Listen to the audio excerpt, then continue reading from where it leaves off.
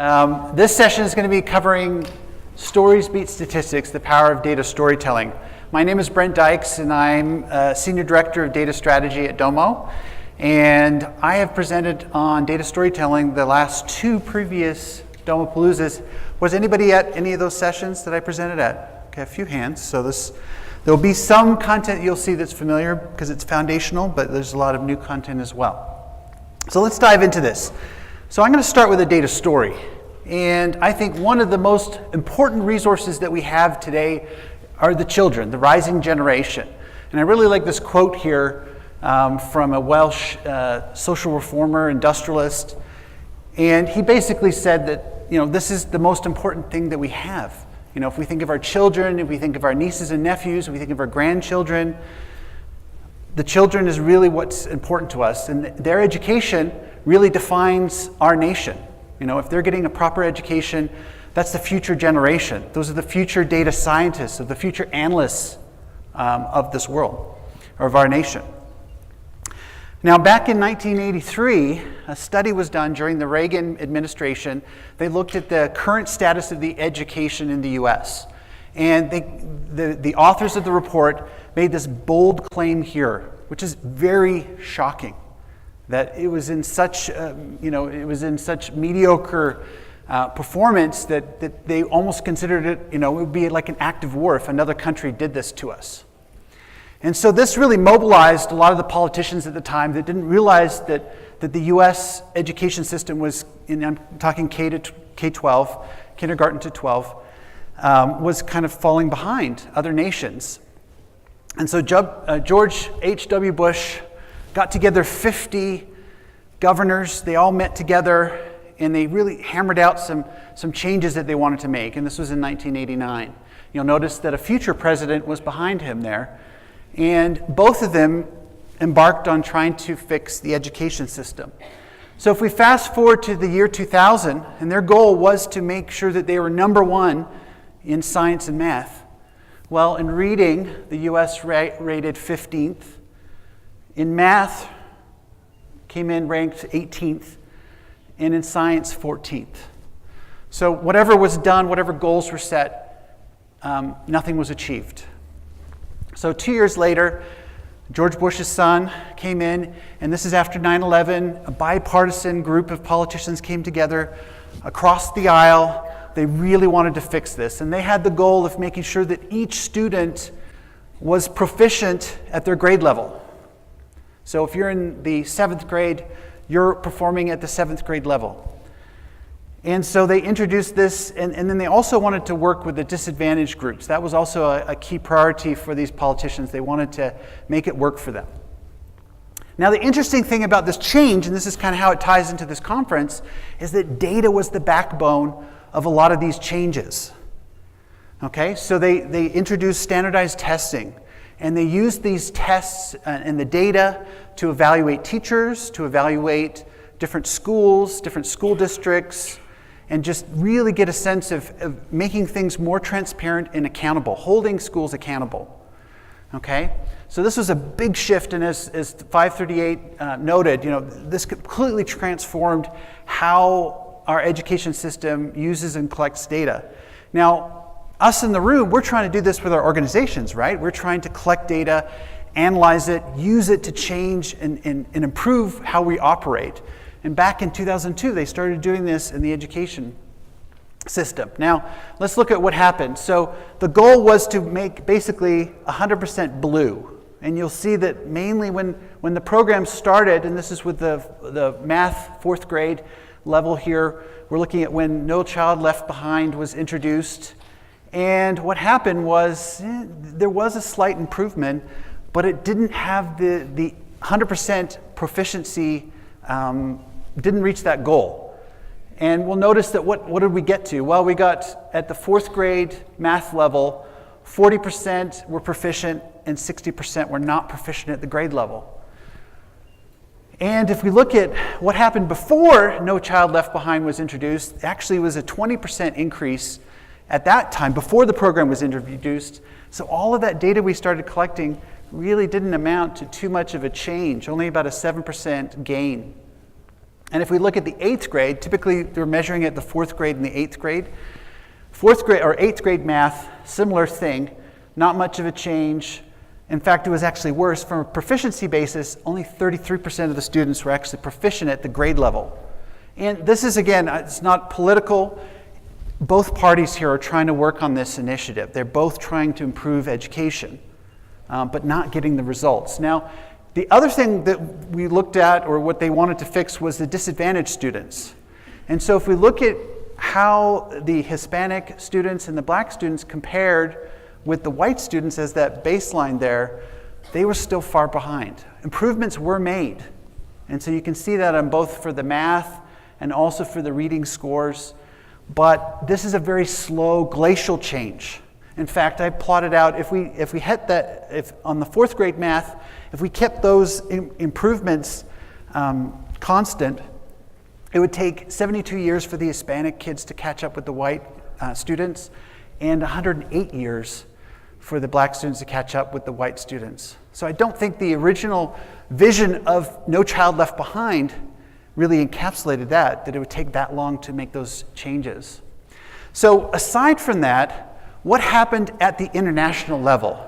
Okay, are we competing? Has all this data helped us to compete? Maybe we're still struggling internally, but are we competing with other countries? And sadly, from a math perspective, we were ranked 18th, and now we're ranked in 2015. From 2000 to 2015, we went to 29th. And if we look at reading, again, we're below the average here and slipping in both of those categories. So something is broken, something is wrong. And I want to focus on the math because, at the end of the day, data science is going to depend on math. And right now, the US students, if we look at 2015 data, if 30 points is about a grade level, US students are, and this is at the average here, they're about a 2/3 of a grade behind the OECD average. Okay, so I wanted to start to look at what's going on here. And one way to look at this was from the National School Lunch Program. Okay, so it gives us some insights into maybe some socioeconomic things that are going on here. And so we have Oscar, and he gets a school lunch. He goes to a school where he gets subsidized, either it's a free lunch or a low-cost lunch at his school. Now, when we look at the scores, those scores that I looked at earlier in terms of the countries, we see something interesting here.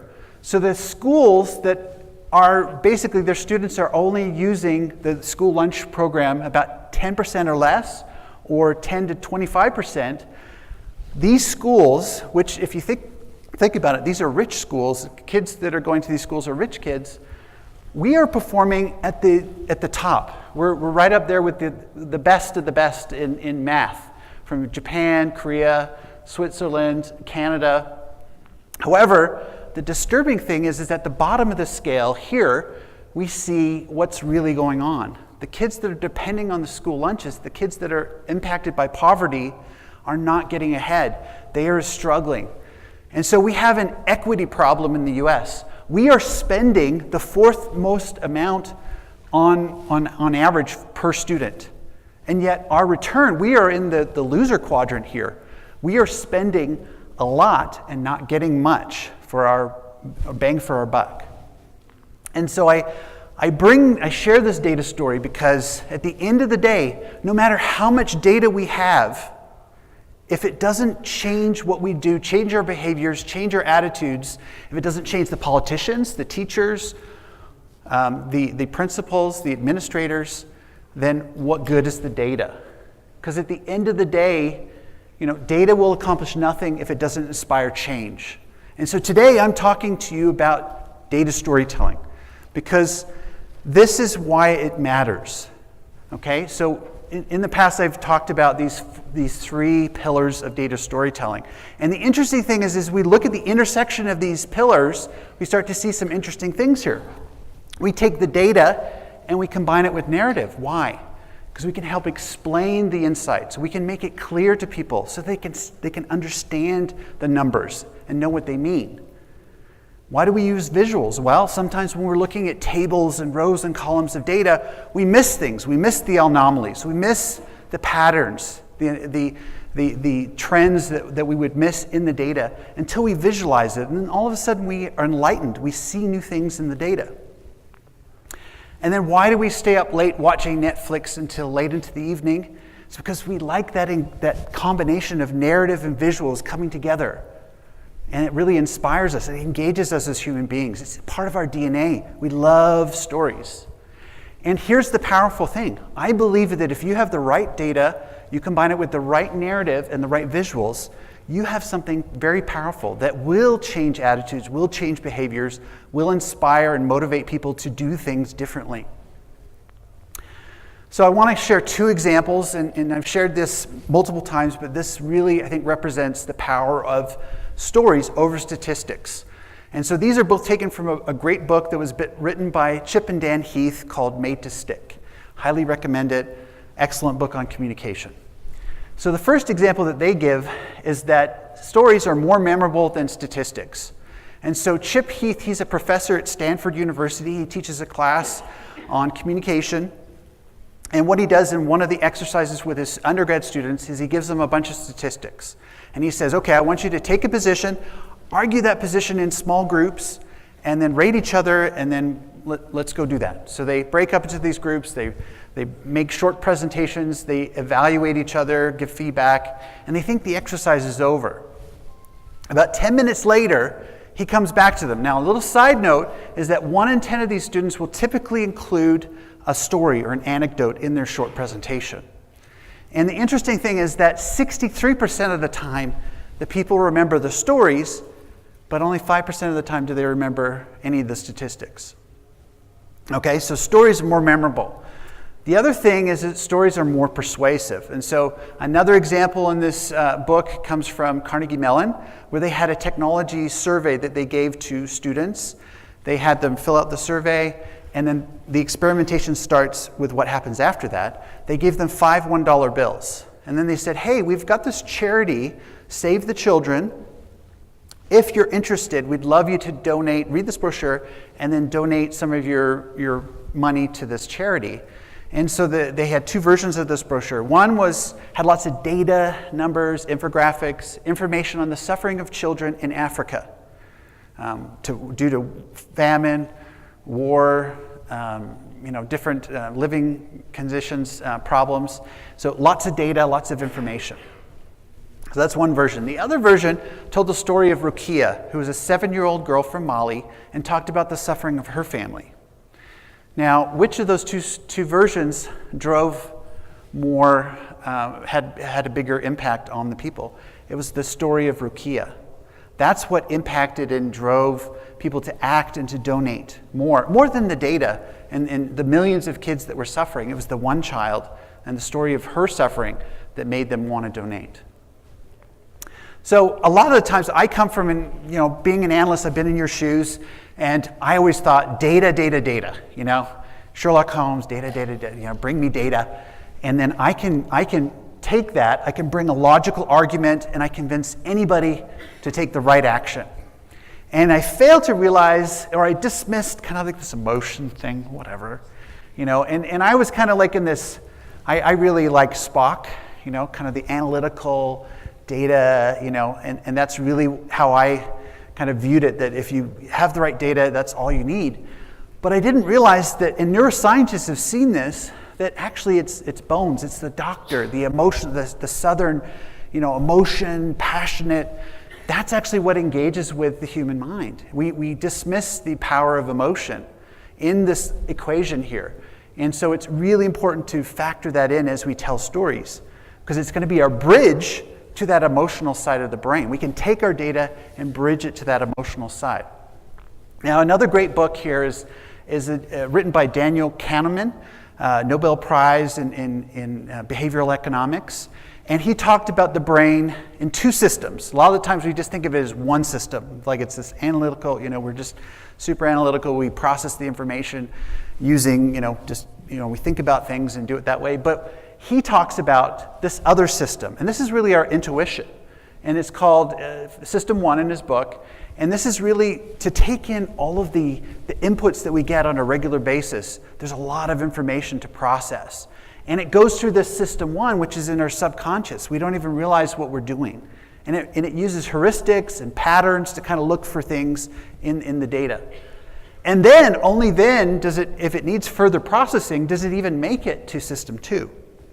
And system two is what we think about, our conscious thinking and processing of information.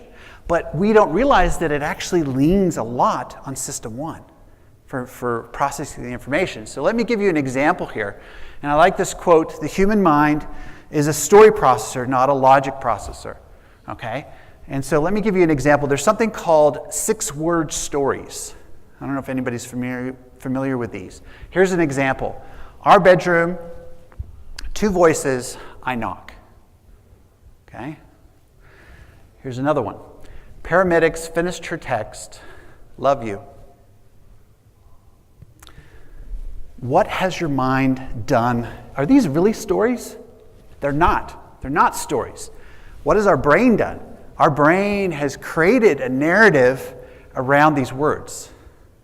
These words are loaded. They make us think, and we create the scene in our minds. And our minds love to build narratives. And not only that, do our minds want coherent narratives. Okay? We actually need the narrative to make sense. And so there was an experiment where they had different participants hear about a fake kind of warehouse fire. And they told the subjects, okay, what's going to happen is we're going to have the firemen go to investigate the scene, and they're going to give you information, okay? And then you're going to process that and tell us what you think caused the fire.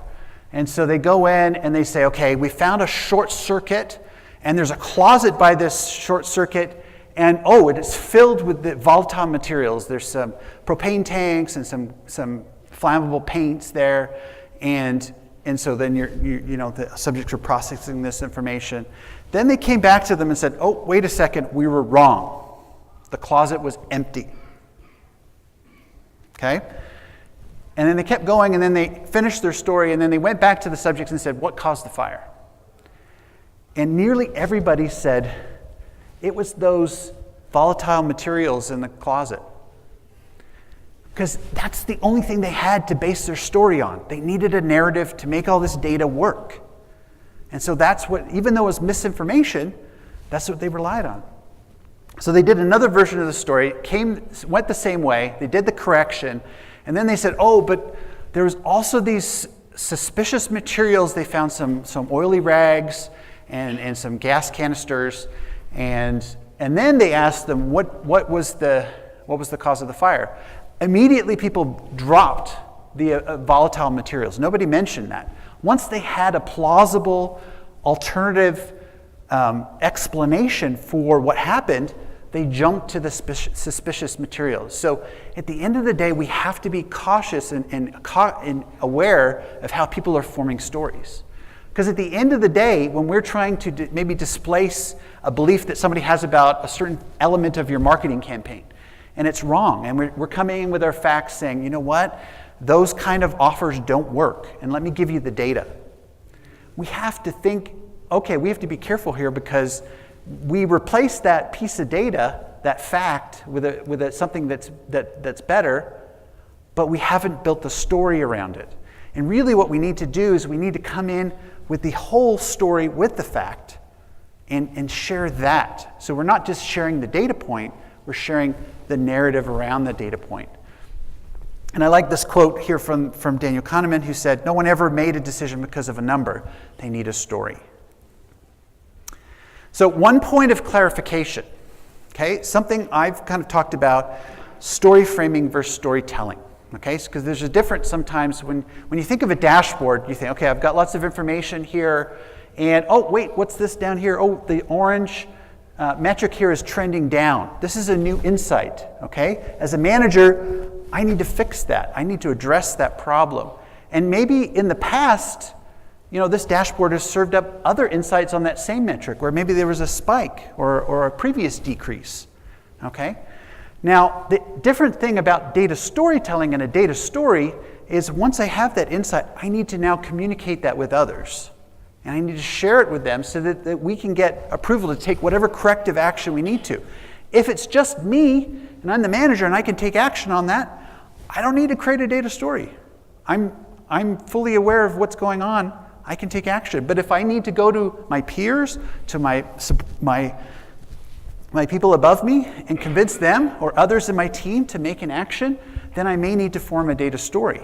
And there what I'm doing is I'm taking that same insight, I'm showing, hey, the orange line dropped. Oh, and here's some supporting details about what's causing that to drop. You'll notice there's annotations here.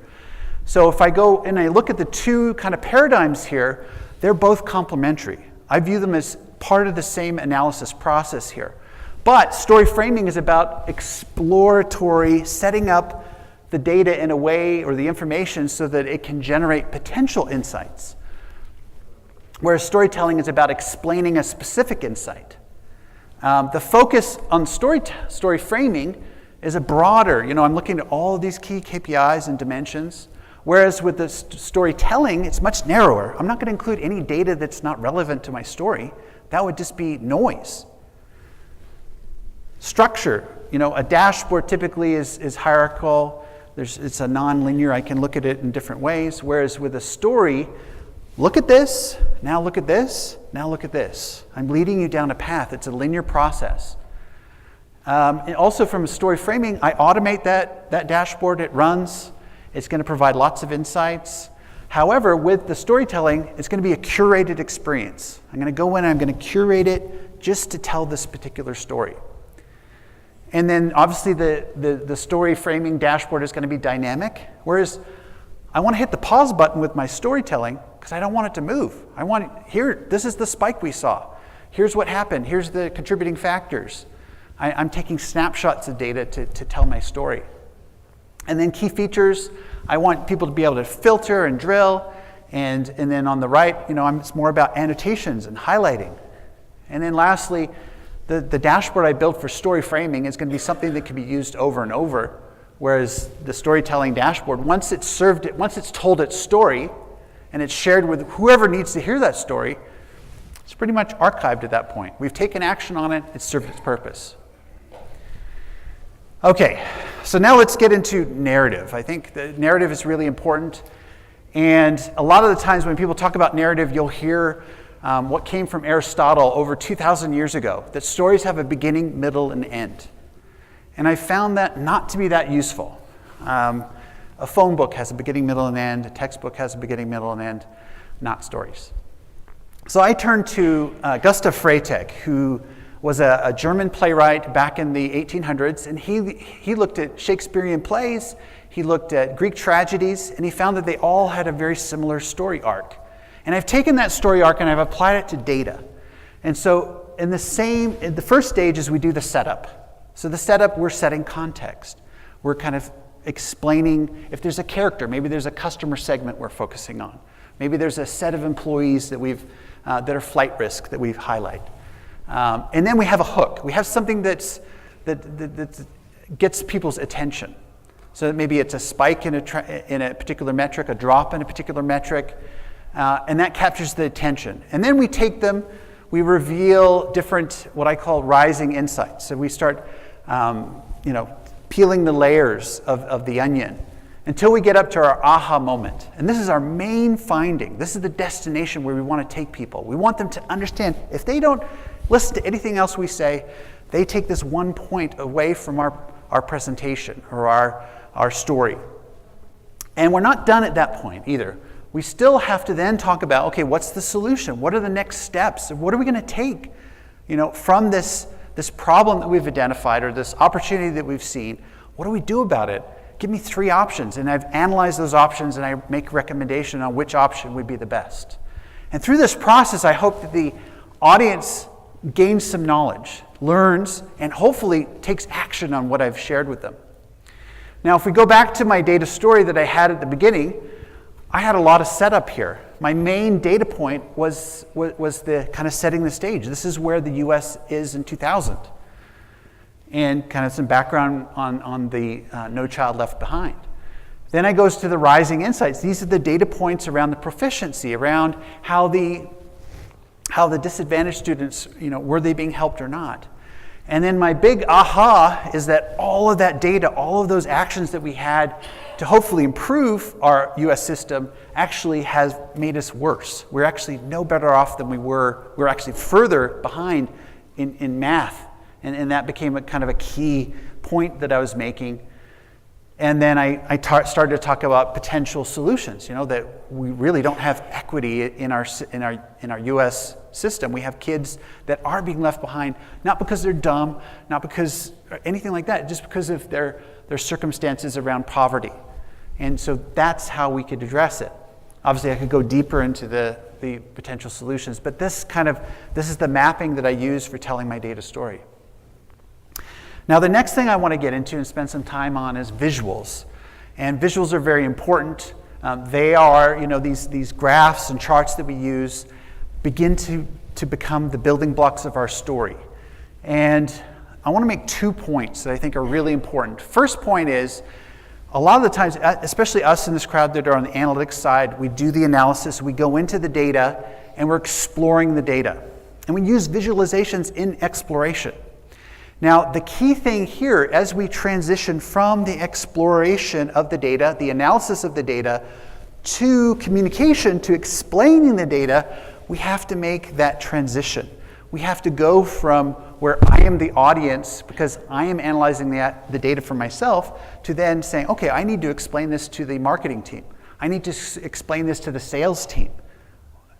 How am I going to do that? I might need to change my visualizations that help me define the insight into something that communicates to this audience and helps them to understand. The next thing is, I believe that data storytelling isn't as complex as people maybe make it out to be. It's really about facilitating comparisons. Okay, so in this case, there's color, there's size, but when we look at our data, really what we're doing is we're helping our audience to make quick comparisons. And I really like this quote here from Edward Tufte, if you're familiar with Edward Tufte, the data visualization guru. And so he made this point that the fundamental task in data analysis is to make smart comparisons. We are always trying to answer the question, compared with what? It always comes down to making and showing smart comparisons. And so I think a lot of our job in terms of data storytelling is to facilitate those smart comparisons. Make it easy for people to consume the data, and just, without fatiguing them with too much work, we just streamline it for them so they can quickly get the insights they need. So I'm going to give you 7 steps for how do you get better visual storytelling. So the first one is to identify the right data. Now, when I first started going down this path, I thought, the right data, that's kind of, you should just have that. But I didn't realize that sometimes when we do our analysis, we find an insight, but then we need to modify that data to help communicate better to somebody else what is the meaning of our insight. So let me give you some examples here. So a lot of times maybe we'll start with like a total value. We see total sales, total leads, total returns, whatever it is. And maybe it's about the percent change. Maybe if we highlight the percent change, that'll have a bigger impact. Or maybe it's about the variance between 2 values. Or maybe it's, let's build a calculated metric. Or maybe we need to add in some context here to help them fully understand what point we're trying to make. So let me give you an example of each of these. So in this case here, I've got an e-commerce site. I've got revenue and visits. They're both going up to the right. However, you can't really see it, but actually revenue is not growing as quickly as visits. And so maybe I might want to show the percent change in visits, that it's actually at a higher rate than the revenue percent change. Or maybe what I want to do is I want to create a calculated metric here, revenue per visit, and that then shows really the trend that the revenue is going down while visits are not going down as fast. And maybe I want to bring in some context here and say, you know what? Not only is it going down, but we're way below where we were last year. Our revenue per visit was much higher. Something's really going on here. Another example here, now I'm switching data sets here, a different story here, but we have safety incidents by different plants, and I'm comparing the 2 years. And so, yeah, you could go in, you could kind of see which one's higher or lower, but maybe what we do, again, to avoid that work that we require of our audience, we just show the variance. We go in and show, okay, These plant 3 and 4, they actually outperforming last year's. They have fewer incidents compared to last year, and these other 3 plants have more incidents, so that's a problem. Also, in this case here, I have running totals of sales for two different fiscal years. And so you can kind of, I can look at that chart and I can say, okay, fiscal year 2017, we were better. This last year, we didn't do as good. What if I show the variance? Running total of variance. All of a sudden, I believe this is more dramatic, okay? This is a more dramatic showing of what's going on. And probably will catch the attention of the sales leader, more so than maybe, we're a little bit behind, we can explain that, we know why. I think this might draw more attention. Okay, choose the right visualization. So back in the mid-'80s, there was an analysis done of different graphical methods, and they rated them based on how efficient they were, how effective or accurate they were, precise they were in facilitating comparisons. And so on the left of the chart, we have position along a line scale, unaligned scale, common scale. Those are the easiest for us, so bar charts, right, are easy for us to make those comparisons. And then as we go from left to right, it gets harder and harder for us to make specific comparisons. We can make more general comparisons.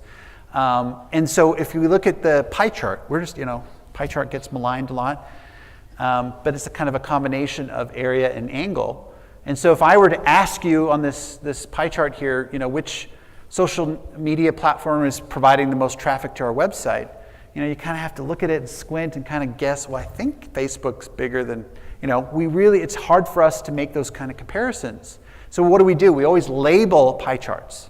We have to label them because they don't really work if they're not labeled, unless it's a binary, and then it's a little bit easier. But with a bar chart, I don't even need to have the labels. I could label them, but I don't need to have the labels to see those differences. And so we need to think about our visualizations. Are we choosing visualizations that we have to work at, or ones that are easier for our audience to use? Now, one of the things I think, what can happen is a lot of time we can get into a situation where we're constantly using bar charts. Maybe we still use pie charts and donut charts for comparisons.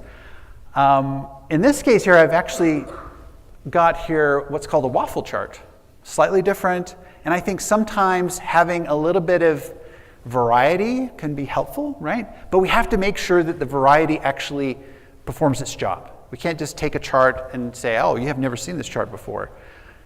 It's hard to understand. No, we can't do that. Now, if you're wondering, can I do this in Domo? Yes. A team member on my team created, and this little link at the bottom here, you'll get the slides later, but if you want that link and you want to get this as an SGV file, and you can put that into your instance, got instructions on how to set that up. So that's another free benefit to you from coming to this session. Okay, so calibrate your visuals to your message. That's another important. You might have chosen the right visualization, but now, is it calibrated to what you want people to do? What do you want them to compare? And so one of the challenges with a stacked bar like this, it's fine for if I wanted to compare the TV years, because they have that common baseline. Whereas the stuff in the stack, I have to then just go by the length, which is harder for us to evaluate. And so what I might do in this case, if I really wanted you to focus on the radio spend, I might break that out. I still want to give you the context of how it compares with the other spends, but by breaking it out now, giving each one of those their own baseline, I now make it easier for people to make those comparisons that I'm trying to have them do. Remove unnecessary noise. So there's lots of noise in the data. As we do our analysis, we see, we're constantly battling lots of noise in the data. Now, one of the challenges is sometimes when we come over to the explanatory side, we bring with us the noise with us, or we add noise that wasn't there before.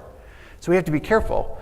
So there's 4 things that we need to be careful, or how we address this. So we can remove the surplus data, we can aggregate less important data, we can separate data layers, or we can remove chart junk. And Edward Tufte, mentioned chart junk. So I'm going to give you an example of each one of these. So we've got this standard spaghetti chart, right? I've done my analysis, I've looked at all these different articles, and I found, that one of those articles outperformed another. What I can do is I can strip away, if I've got representative articles that I'm comparing to, I don't need to bring them all in. I can limit it to just 3 or 4 examples. And in data journalism, they do this a lot. They don't bring in all the data. They limit it to a certain amount. So that's the first thing you can do. And it's easy to do in Domo because you can actually go in and you can click on the label, on the legend, and basically unclick the values that you don't want, do a save as, and you've got a new chart. Another example here is aggregating less important data. So in this case here, I may not be worried about all of the slices. I've got a lot of slices that I've created when I did my analysis, but I can aggregate those, get those smaller values out of the way, only have 4 or 5 slices in a chart, in a pie chart or donut chart. And again, this is something easy to do. You have that option, maximum slices before other. You can go in and set that so it removes all of these smaller slices and just aggregates them for you. In this case here, I have, again, kind of there's a lot going on with this line chart. And I can take that panel approach where I break them apart so that I can see them kind of side by side. And sometimes that makes it easier for us to see the trends and kind of remove some of that noise where the overlaying of the data can happen. And then lastly, we've got remove chart junk. So here I have a scatter plot, and they're labeled, and they've got the grid action going. And so through a little bit of Domo and PowerPoint magic, I've taken these and simplified it. So rather than giving you everything labeled, I've gone in and I've labeled the ones that I want you to focus on. And I've also removed that grid lines and things that get in the way of what I'm trying to communicate here. So focus attention on what's important. One way to overcome the spaghetti chart and say I want to preserve that context there, I could go in and I could use grayscale to grayscale out everything that's not important. And then I use color, the red line, to indicate what I want you to focus on. This is the one I want you to focus on. Don't worry about those other. You can kind of see where it falls in the trends, but that's what I want you to focus on. Another thing we can do is we can go from the standard generic titling to something that actually communicates what I want you to look at. Again, if I had that title on the left, top 10 articles, it's accurate, it's descriptive, but it's not guiding my audience. In this case here, with this article B, it was the second most popular article. I'm telling you what to look at and how to interpret it and how to quickly, understand what's going on here. Make your data accessible and engaging. And so when we have charts like this, one of the challenges can be it's hard for people to access this information when we put labels at when it's not horizontal, it's harder for us to read. So a little bit of friction for us. And so what we can do is we can change the way we orient the chart. We can go to a horizontal bar chart rather than using a column chart. And then we might even want to sort things. Maybe that helps it to be more understandable and easier for people to use. Now, another thing that I think is really powerful is when we make our data relatable. So the New York Times did a really great feature on the 2012 Olympics. And they talked about Bob Beeman's log jump record. And they mentioned how he jumped 29 feet, 2.5 inches. To me, reading the article, yeah, that seems like a pretty far jump. But what they did in the video, actually it wasn't an article, it was a video, they actually said that's like jumping beyond the NBA three-point line from behind the court. That is crazy. All of a sudden now I'm like, whoa, that's an amazing jump that he did. And so how can you do that with your data? How can you make it relatable so your audience can really understand your insights? Another thing that I think is really powerful, now there's probably nothing wrong with this chart here. I've got a nice title there, I've highlighted. There's really nothing wrong with this, but I think one of the things we can do sometimes where it's appropriate, and you've seen it in my previous slides, is I want to humanize the data. I'll take that data point and I'll marry it with some stock photography that's not too tacky. And I'll bring those people to life. This could be customers, this could be prospects, this could be employees, it could be whatever it is, but I want to put a human face on this data. And so you saw that in the education. Sometimes I'd use students and kids to kind of bring this out and tell that story.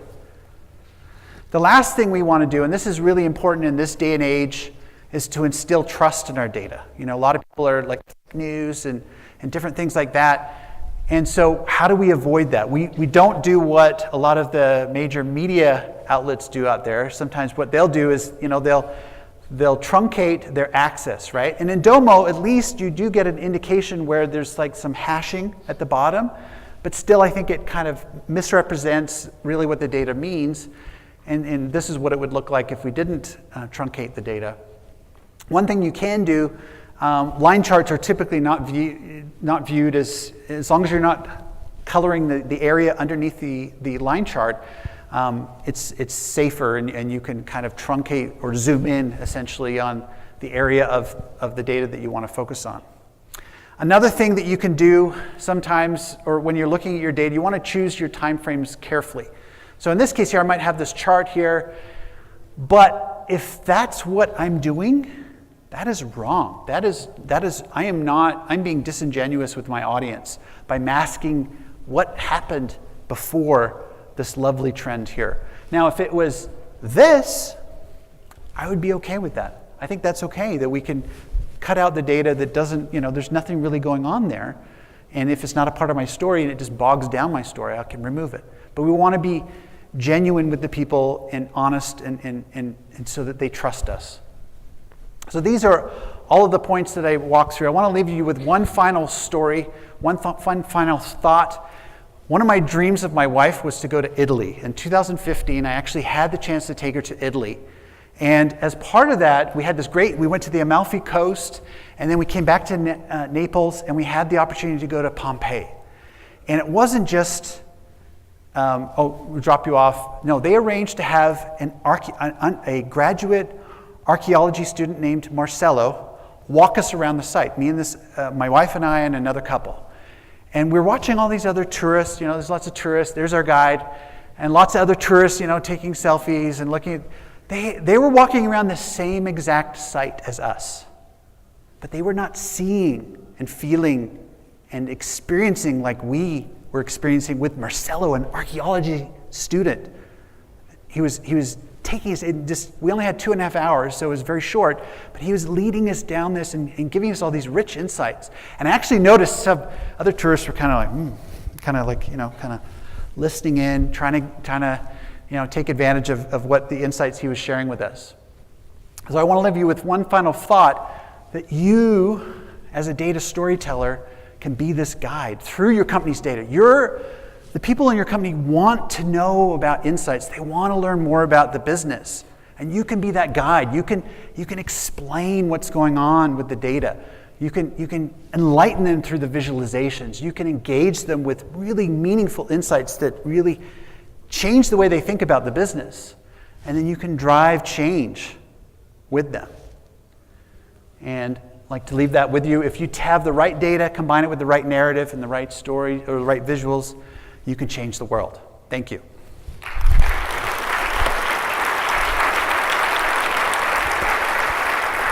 So, any questions? I don't know if we have a roving mic here. If you have a question, please, you can also come up to me after the session, but if you have there's a hand right there. It's not so much a question, but this was an awesome presentation. Thank you so much for saying this, because this is a struggle that I deal with every day at work. I'm in a media agency, and so we have a lot of clients that we have to get in front of and tell them the story, and it's just impossible sometimes because they want to see every single number ever, and it's just a CF basically. And so I think right now what I want to do is actually present this to our agency and be like, look, we can give them numbers all day long, appendix it. Yeah. Make the first 3 slides be the main story, and sure, give them numbers, but don't make it part of the story. Right. So I really, really thoroughly enjoyed this. So thank you. Good job. Thank you. Oh, and by the way, I am publishing a book on this topic. It'll be ready at the end of the year. I'm submitting my final manuscript in June to Wiley, and if you follow me on Twitter at Analytics Hero, right there, I can notify you when the book's available. So. Yeah, another question? Just a quick question. You had mentioned that we were going to get the slides after this. How do we access that? Yes, you will get the slides. I don't know what the plan is, but if you have any issue at all, you can always email me, and I will make sure you get a copy of the slides. Another question, I think, right there. Right here. Yeah, man. One of my challenges is like having to communicate different messages to the different department heads, like marketing people, finance people. They all want to see the same thing. So, how is there a way perhaps on the roadmap where you can manage the same card with variants of the summaries or the presentation, so you're not managing 50 save as for the same exact thing? Because that's where the problem comes, where you create 3 different bar charts for 3 different departments, and then you're chasing the accuracy on 3 different cards. One of the things, based on that, so if you're creating different charts in Domo, and you want to be able to tell different stories or kind of or tailor the information to different teams or leaders. So PDP is one way which may be applicable in this case, where each person, based on their permissions and what department they're in, will then see the data that they have access to. And so then in that case, you could essentially create one visualization or one chart and then share that with different teams, and they will then see their version of that chart. And so rather than having to create 3 charts, you're just creating one chart, but you're managing the policy and how people view that data. And so in our consulting organization, we have different vertical teams, and so they each see the same overall consulting dashboard, but depending on which team they are and what level of management, if I'm just an individual contributor as opposed to a manager, I will see a different version of that same chart. So like layering in a lookup beast mode in the summary text and that type of thing? Nothing to do with beast mode. It's just a PDP policy that basically you'll say this person is a member of this group. They get access to these data sets, or even I think you can control it down to the row and what they see. And so it's a whole kind of strategy around how do you manage your data and what people see. But it does touch the visualization part, because you're basically saying, depending on your role and your position in the organization, your level, you're going to see different things in that same chart depending on who you are. I think we probably have one more question if anybody has one last question. Or if not, we're good.